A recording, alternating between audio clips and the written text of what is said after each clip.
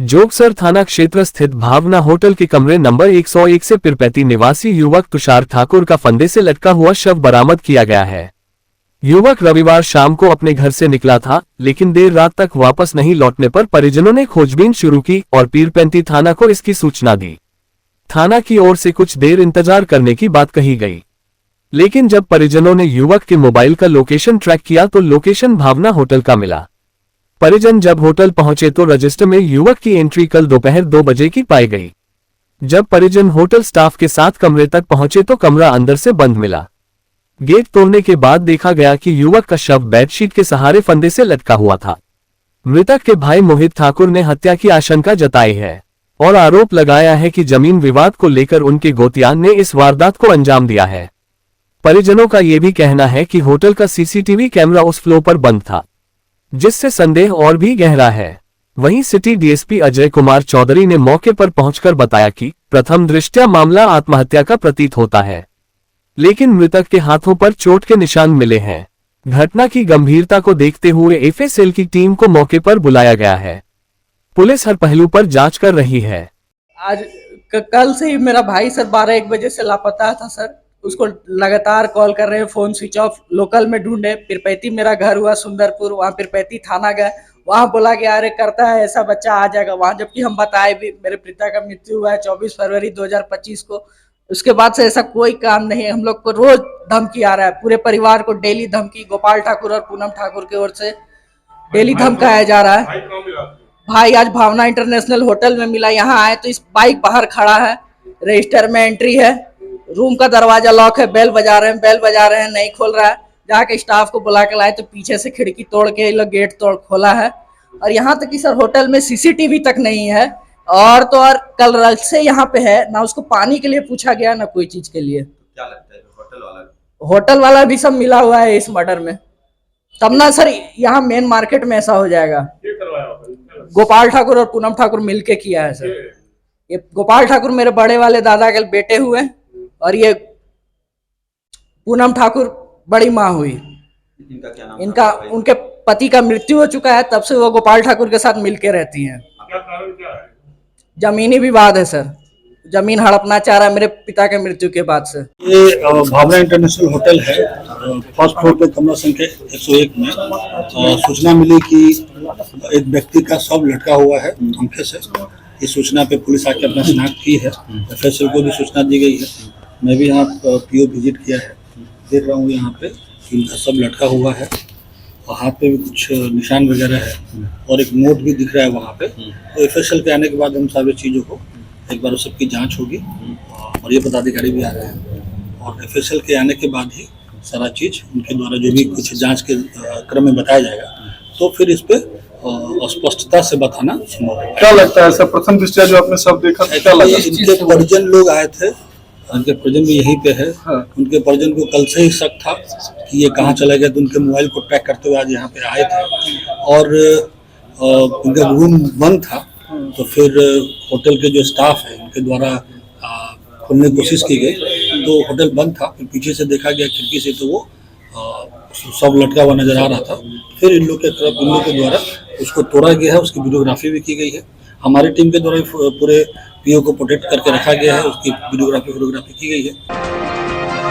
भागलपुर जिले के नाथनगर विधानसभा क्षेत्र के जगदीशपुर प्रखंड अंतर्गत बैजानी के एक निज होटल में राष्ट्रीय जनता दल के बूथ स्तर के राजद कार्यकर्ताओं का महाजुटान होगा, जिसमें बीमा भारती सहित प्रदेश स्तर के कई राजद नेताओं ने हिस्सा लेंगे।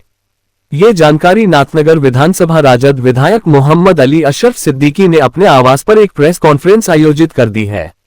उन्होंने कहा कि नाथनगर विधानसभा क्षेत्र के 3 प्रखंड नाथनगर, सबौर, जगदीशपुर प्रखंड के बूथ स्तर के सभी राजद कार्यकर्ताओं का जुटान होगा, जहां सामाजिक न्याय पर राजद द्वारा एक विशेष परिचर्चा का आयोजन किया गया, जिसमें पिछड़ा, अति पिछड़ा, अनुसूचित एवं अनुसूचित जनजाति के दबे कुचले लोगों को मुख्यधारा से जोड़ने का काम राजद कार्यकर्ताओं द्वारा किया जाएगा। दबे कुचले लोगों को मनुष्य में लाने का हम लोगों का नेता का संदेश है, हम लोग को उसी पर काम कर रहे हैं हम लोग। वो कार्यक्रम आपको युवराज मेरे घर में ढाबा में तो कह दिए नाम को दे दिए, कब है?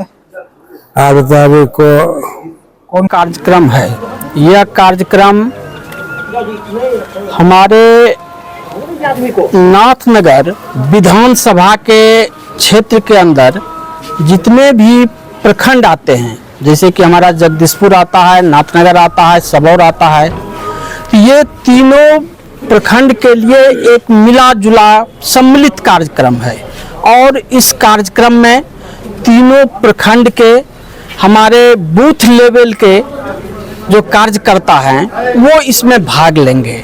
और यह जो कार्यक्रम है सामाजिक न्याय पर परिचर्चा होगी। इस कार्यक्रम में सामाजिक न्याय पर परिचर्चा, हमारे समाज के अंदर जो दबे कुचले वर्ग के लोग हैं, जो गरीब वर्ग के लोग हैं, जो अल्पसंख्यक हैं, जो मतलब कि अनुसूचित जाति जनजाति के लोग हैं, उस लोगों को मुख्य धारा से कैसे जोड़ा जाए, उन लोगों की क्या सामाजिक समस्याएं हैं, इन सारे समस्याओं पर विचार विमर्श किया जाएगा।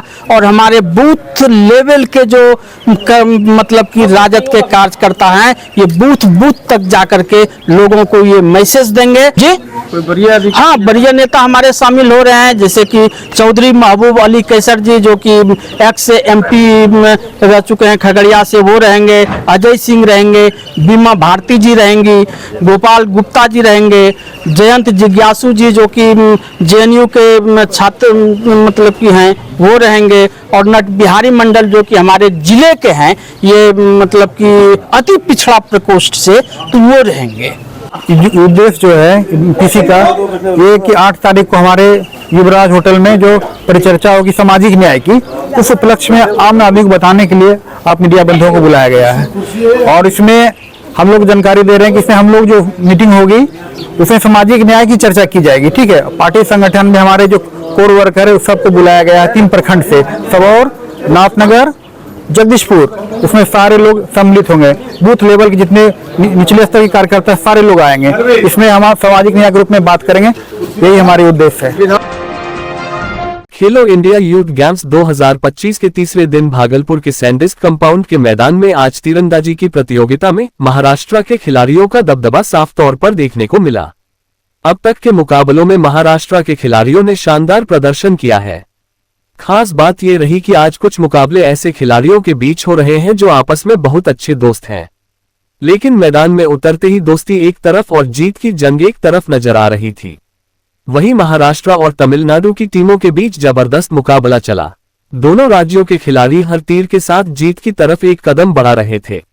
हम बस अपना बेस्ट कोशिश करते हैं। अभी गोल्ड मेडल में दोनों महाराष्ट्र के प्लेयर हैं, अच्छा लग रहा है और बेस्ट कोशिश करेंगे।